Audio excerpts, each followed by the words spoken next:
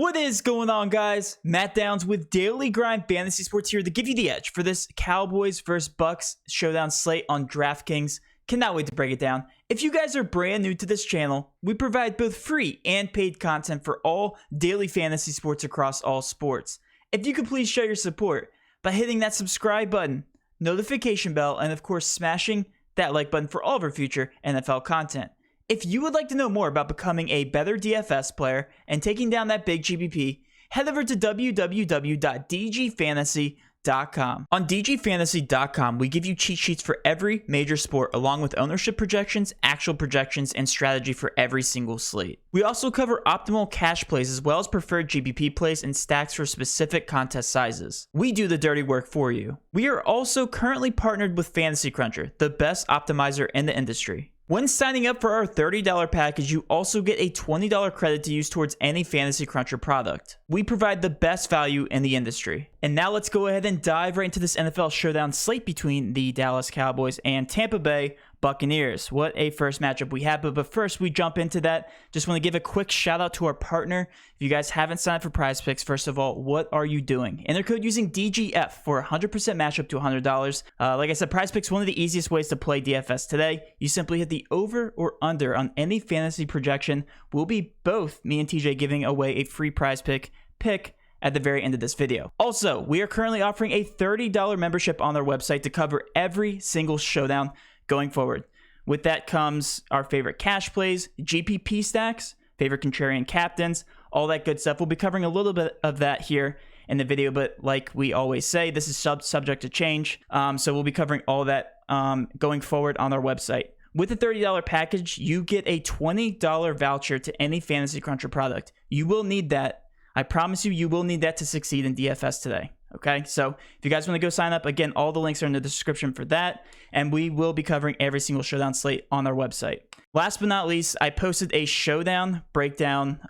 This is a strategy guide for all showdowns on our YouTube channel. If you guys want to check out that, give DFS, the playlist DFS 101 playlist a quick look. I will link that up in the eye above, and let's go ahead and finally jump into this. So, TJ, you ready to do this? Matthew, yes. All right, let's start out. We're going to go position by position. We're going to go over the spread here real quick. Hi, I was actually kind of thrown off by the spread. I did not expect this to be a very large spread, at least this large. 8-point spread, are you buying that? I get that it's at home here, but the Dallas Cowboys have some talent. Bucks at home, you normally figure that's 3 points for the home team. So realistically, on a neutral site, we're looking at the Bucks being 5-point favorites. I think that's pretty accurate. I think Tampa is in the running again to repeat, honestly, with Brady at the helm. So yeah, they're even better this year, which is scary. Exactly. So I do like the spread at -8. Honestly, I think that's pretty accurate. Now, it did open at a -7.5, I do believe, so I think it's moved a tad. Tell you that, but at least that's what I was looking at 2 days ago. Anyway, it's not relevant. It's an 8-point spread. Tampa Bay should win this game. Keep that in mind when we take a look at this ownership. We're going to go position by position, and then at the very end, TJ, I'm going to give away my favorite contrarian captains, and I also want you to give away some of your favorite captains at the very end. All right? Yep. Opened up at 6.5-point favorites for the Bucks. Currently, Bucks are obviously, like you said, -8 because 60% of the money is coming in on the Bucks the Bucks spread. So that's why it's driving, that from -6.5 to -8. All right. Well, a lot of believers in the Bucks, rightfully so. Let's start out with the quarterbacks on the Cowboys side. We're only going to talk about Dak Prescott, obviously. Knock on wood. Hopefully, he doesn't go out with an injury in this game. Okay. Right now, well, that's the only reason anybody else would carry any ownership. By the way, you guys can do that. Somebody won, I think, $100,000 by taking up the backups. We're not recommending it here in this video.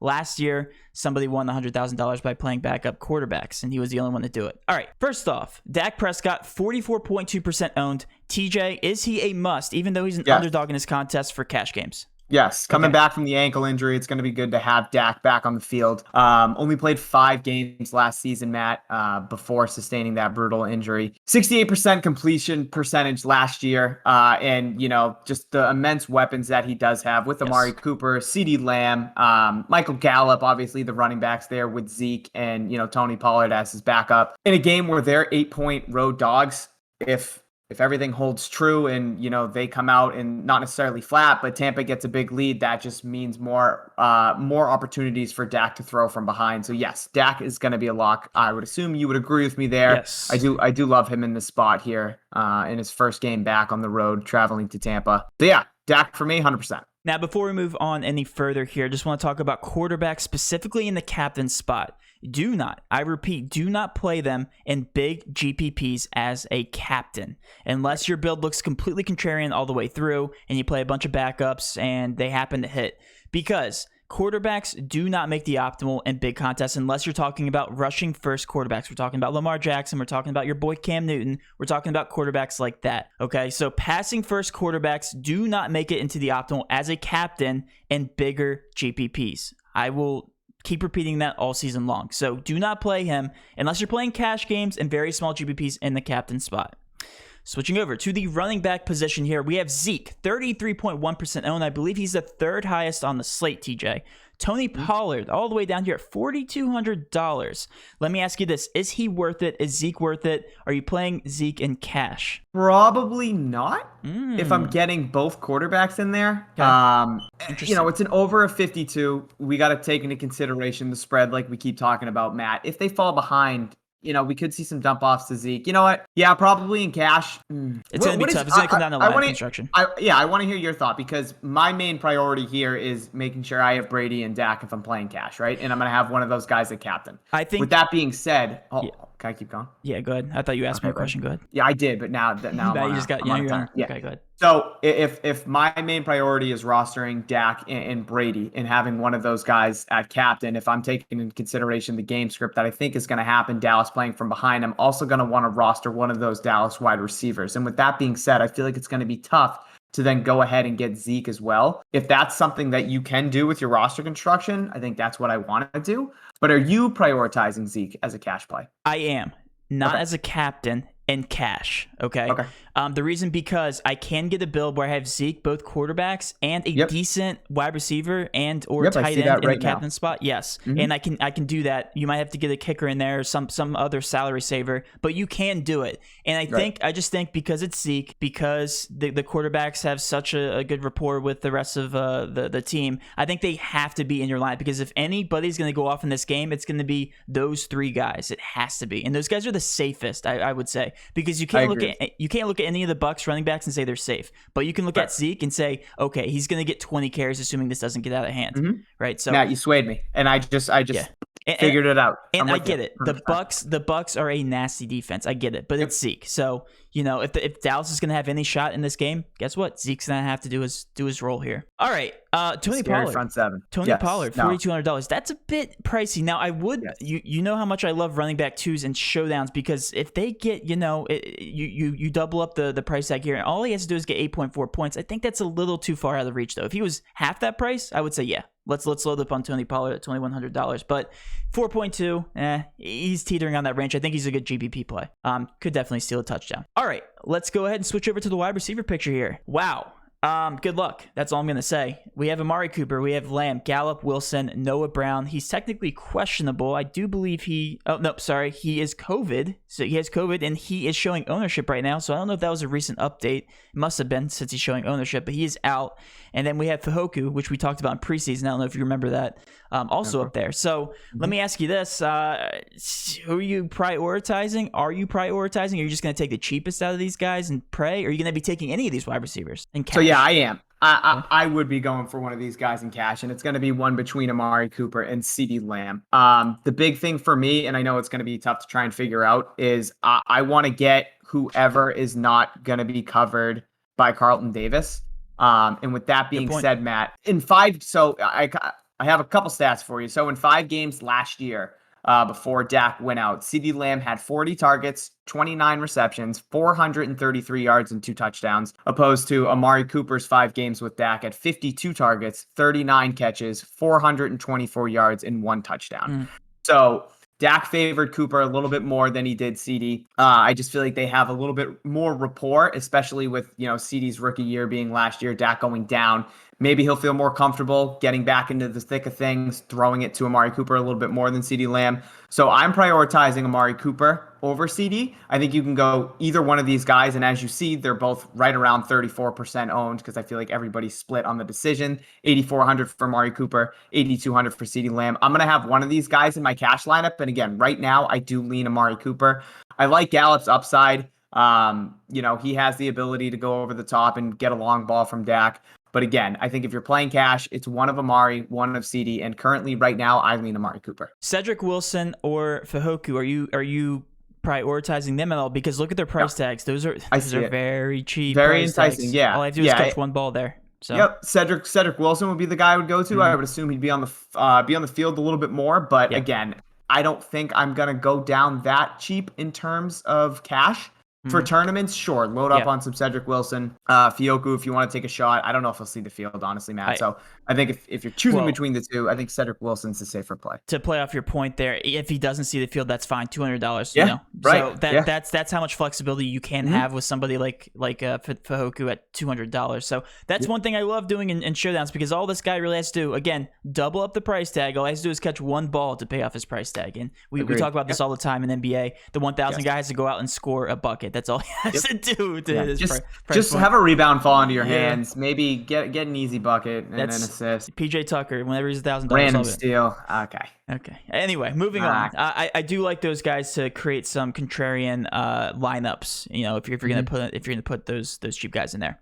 Moving on to tight end, though, we have Jarwin, Schultz, and Sprinkle. We actually have some good tight ends here on the Dallas side. So I never like the upside here in terms of tight ends when I compare them to wide receivers, unless, of course, they do score a touchdown. I do think Jarwin and Schultz do present, that upside of catching a touchdown, unfortunately. So I kind of have to include them in my player pool. But the question is here, do you consider them for cash? $5,200 and $4,600 for Schultz. And Sprinkle is $400. Yeah, so Blake Jarwin only played one game last year, and then he went out with an injury. Of course, Dallas always decimated. Dalton Schultz actually looked really good with Dak in the 5 games that Dak played last year. He actually had 2 games, Matt, where he eclipsed the 15-point fantasy mark. Caught a touchdown in each of those games. So I wouldn't be surprised if one of these guys does find the end zone against Tampa. But I don't think you're taking a chance there in cash. Especially at the ownership right now. Jarwin showing 15.4, Schultz showing 3.4. I think it'll be a little bit higher than that. And then Sprinkle showing 1.1. So yeah, I can agree with you here. I think all these guys are just GPP viable. And then of course, we won't talk about individual kickers because it really just comes down to game script at this point. Zerlin is a fantastic kicker. We all know that. If you're looking for a salary saver, if you're looking for a last piece, then yes, Zerlin is definitely a great option. And I also want to rant here real quick about defenses. If you're playing a defense on the slate, you're hoping for a touchdown because that's the only way that these guys are going to be, that's the only way they're going to hit value. Defenses rarely see the optimal unless it's a complete blowout and they score a touchdown. And of course, whenever I say that they score a touchdown, it happens every single time. But TJ, are you playing any one of these defenses here in cash? No. Okay. I will be not including them in any of my 150 builds tomorrow night. I will tell you guys that right now. Wow. So I just don't, I hate defenses. They just limit the upside there. All right. Last but not least, we will move over to the Tampa Bay Bucks here. Your boy, Tom Brady, 45.7% is now the highest owned on the slate. He will be the chalkiest captain, I do believe, or at least he will carry over 50%. And most GPPs and in cash, I would assume closer to 80 to 90%. TJ, is he a cash lock? Yes. Yes, he is a passing dependent quarterback with a lot of weapons. There's no reason he should not do well, and also has a better matchup. They are projected to score 30 points, which is actually the highest, I believe, out of all the NFL teams in week 1. So Bucks should roll, at least on offense. Switching over to the running backs. Wow, what a mess here. We have Leonard Fournette at $7,000. It's actually more expensive than Ronald Jones. Giovanni Bernard also $2,000. We don't know what this is going to look like, but Giovanni Bernard did come out in preseason on every third down snap with the Buccaneers, so that's very noteworthy. Are they going to utilize him that much? Don't know yet in the regular season.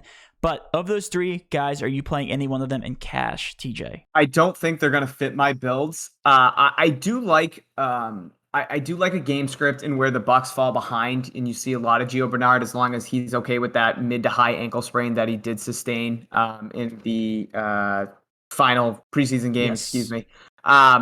So we saw how Brady would utilize LaShawn McCoy last year. Unfortunately, drops kind of hindered his production. And these backs in general had a 13% drop rate here for Brady when he would try and dump off to them, which doesn't sound like a lot, but it is when you're getting easy dump offs. So I think of Tom Brady and him, the Bucks bring in Gio Bernard. It obviously reminds me of how he would play with James White. And I think that's how they're going to try and utilize Gio in this type of offense. So at 2K, Matt, in a game script where the Bucks potentially fall behind to Dallas, I think you see Gio on the field a lot more than Fournette and Ronald Jones, or, somewhat close in terms of snap count. So I really like Gio for tournaments. But if you're playing cash, I don't feel safe rostering either of these guys or any of these guys between Fournette, Ronald Jones, and Gio. I think Fournette's too expensive at 7K. I'd rather go to Ronald Jones at 5K, but even still, I'm not rostering either of these guys in cash or any of them. I do like Ronald Jones. I do like him at 5K. That's the only reason I like him. Yeah. I'm not thrilled about it. I'm definitely not. Right. It's not a safe bet. But just looking at, he passed the eye test here at $5,000, and it's still Ronald Jones. Like he's a really good running back in the league, and we saw what he did last year. Him and Leonard Fournette, they are obviously Super Bowl champs now, so they just did very well last season. Ronald Jones is also projected slightly higher in terms of fantasy points. If you guys look here on the right side of the screen, 10.3 points, and I just think Ronald Jones, it's going to be hard for him not to hit that price tag as long as they're on the field and as long as this offense is very efficient. It's just going to be hard for him not to. I do like Ronald Jones. Again, not a safe play. I just like him. I like him the most out of the three in terms of GBP upside. All right, moving along to the wide receivers. Again, there's so many weapons on both sides of the ball here, TJ. So for the wide receivers, are you prioritizing any of these guys? I don't think so, Matt, not in cash. Again, I have more interest in the Dallas wide receivers, strictly on. Yeah, it's strictly on game script, just because I think Dallas is going to fall behind. They're going to have to play from behind, try and catch up. A lot more throws for Dak than I think Brady will accrue. So I'm not prioritizing either. You got Mike Evans at 9,200 showing 30%. You have Chris Godwin currently 8,600 showing 31%. If I'm going anywhere, it's going to be AB at 5,600. Mm-hmm. I just think that he's the cheaper of the three. He's showing 25% owned, so that's where I would be going. But again, for me, I prioritize those Dallas receivers over the Bucks receivers. Scotty Miller, 1,600, intriguing at all? Kind of. 5.7% ownership. I don't think I'd go there in cash. But yeah, I think the upside is there at 1,600, very cheap. Tyler Johnson too at 1,000. If you can get on the field, Matt, like we talked about, all he needs is a catch. Right. So let's just, I guess I'll jump forward a little bit here. So we're talking about Mike Evans, Chris Godwin, Antonio Brown, Scotty Miller. We're talking about the three running backs. I think I counted 7 so far. Gronk, there's 8. 8 potential guys that could score tremendously on the slate. Good luck picking which one. That's the only thing I'll say. And I'll say this for GPPs, load up on the Bucks because somebody's going to have a breakout game. Just good luck choosing whichever one. And again, I'm going to talk about that here in a little bit at the end of the video. But yeah, just like you said, like if I happen to land on any of these wide receivers, I'm not going to be mad about it. Like it's Tom Brady and one of his premier weapons at this point. But yeah, I mean, all these guys are their ownership spread out. I'd probably lean Antonio Brown, just like you said, did very well last season in the playoffs. So looks to see, if we can reconnect that connection here going into the season here. $5,600 is the cheapest by far. Chris Godwin and Mike Evans. Again, if you're playing them, especially in the captain spot, you're going to be on an island if they score a touchdown. So there's a benefit there. Matt, to put some perspective into last season, AB in 8 games had 62 targets. Mike Evans, who played and started in all 16 games, had 109 targets. Mike Evans is a beast. He's a touchdown monster. Well, if you double that for AB and he was on pace for 16 games played, he would have been on pace for 124 targets. Right, and that's one of my points I had in my fantasy draft last night when I took him. I really do like AB. It's just like all these guys are so good. So tight end, Rob Gronkowski, we have Cameron Brate, and then OJ Howard. Yet again, we're looking at some great tight ends. Both these teams have fantastic tight ends to choose from here. Are you prioritizing any one of these guys? I mean, they're 5,400, 2,600 for Brate is actually pretty intriguing, and then OJ Howard also at 2,200. Yeah, I like the idea of taking one between Cameron Brate and OJ Howard. Unfortunately, I don't think I'd be going to Gronk and cash. The way that my builds look right now, after we kind of discussed getting Zeke in there, Dak and Brady, I got a cheap running back that I like. One of these tight ends fits my build between Cameron Brate and OJ Howard, so I'll probably do a little bit more research to try and see who's actually going to be out on the field, more. I'm seeing that OJ Howard currently, he isn't quite there yet from the Achilles injury. So I think right now I would lean Cameron Brate. But if I see that he's good to go, I'm going to take chances on both of these cheap tight ends in Brate and OJ Howard and hope one of them finds the end zone. Yeah, Brate's a monster too. I do like him. It'd be interesting to see how much Gronk plays at this point in his career going forward. I wouldn't be surprised if we see him out there for 50% of the plays, honestly. Like, they're not going to need him. Look at these tight ends that they have. He's such a good blocking tight end, though. He's fantastic. I'm not taking that away. I'm just saying LeBron James effect, age is eventually going to catch up. Right. All right, kickers, defenses, we already talked about them. We're not going to talk about them, but I will talk about some captains. What I did in my strategy video, again, if you guys haven't given that a watch, I broke down exactly how my preparation for each showdown slate looks. I literally sat down and did the entire process. So right now, TJ, I'm going to read off some of the highest owned captains based on ownership and how the builds fit together. I broke down, I crunched 500 lineups. Starting at the top here, Ronald Jones. This makes sense because he's the cheapest, right? Showing very high owned in the captain spot. We have Gallup, Antonio Brown, Dak Prescott, Tom Brady, then CeeDee Lamb, Amari Cooper, Zeke, Godwin, and then Mike Evans. So my favorite captains on the slate, contrarian captains, are going to be Mike Evans, Godwin, and Zeke because they make for very, very awkward builds. Okay. And they could easily break the slate wide open if they catch a touchdown. So those are going to be my favorite contrarian picks. I think I'm going to ride with them a lot. I'm going to be overexposed to these guys in the captain spot. And then obviously stacking them with Tom Brady and or Dak Prescott if you're going for a Dallas wide receiver. Do you agree with that take? I do. Yeah, I think for cash, Matt, it's going to be one of Brady or Dak if you're running a cash line. But to get contrarian, like you talked about in tournaments, I love what you were going with one of Zeke, Godwin, or Mike Evans. Yep. It was that was the joke that we did before, and I actually did it. Yeah, you actually did it. I just think, if you pick one of those guys, you're going to have to take a really cheap guy. And I think that you like a running back that we're also thinking about as a last piece. If he decides to finally get some targets and then they could potentially get some touchdowns here in the captain spot, then yeah, that could be the slate breaker, and they could do some stuff. Could definitely break the slate wide open. Let's go ahead and switch over to our favorite prize picks. My favorite prize pick, just because again I was looking at the box scores from last season, and it is really hard for Ronald Jones to not hit 8 points. I get it, Giovanni Bernard's in the picture, but I still think Ronald Jones is the best running back in this offense. And again, Dallas defense isn't that good. They're projected to score 30 points, so there's no reason why Ronald Jones should not get 8 fantasy points. I love the over on Ronald Jones, TJ. I like it. Yeah, I like it. And are you gonna? You had a secret one, right? That you're finally gonna give away. It's not too much of a secret, Matt. Okay. I really do like both of these wide receivers here. Why did my computer decide to freeze right now? Hold on. It's prize picks. It does it occasionally. Okay. Well, I remember where they're at. I'm pretty sure Amari Cooper was 65.5. Excuse me, 65.5 yards. Okay. The over-under. And then just went up to 75. No way. No, I'm kidding. Good. 61.5 yards on the over-under for CeeDee Lamb. I like Amari Cooper at 65.5 or 66, whatever it's at. My prize picks just closed out on me. I told you. In the 5 games last year, like I alluded to, Cooper averaged 84.5 yards per game with Dak. So I do like the over there in a game where they should be playing from behind as well. I also do like CD, honestly, over 61 as well. So those are the two that I'm looking at, but I do lean Amari Cooper. Give me the over on Amari Cooper. Ronald Jones, 5.5 receiving yards, huh? So all he has to do is go out there and catch a ball. All right. Yeah, that's not bad too. So, all right. Anyway, guys, that's it. 22 minutes. We just broke down the entire showdown slate. Guys, if you did enjoy this content, please do hit that subscribe button, notification bell, and of course, smash that like button for all of our future NFL content. With all that being said, have a great rest of your night. Let's cash. Love you guys. Good luck.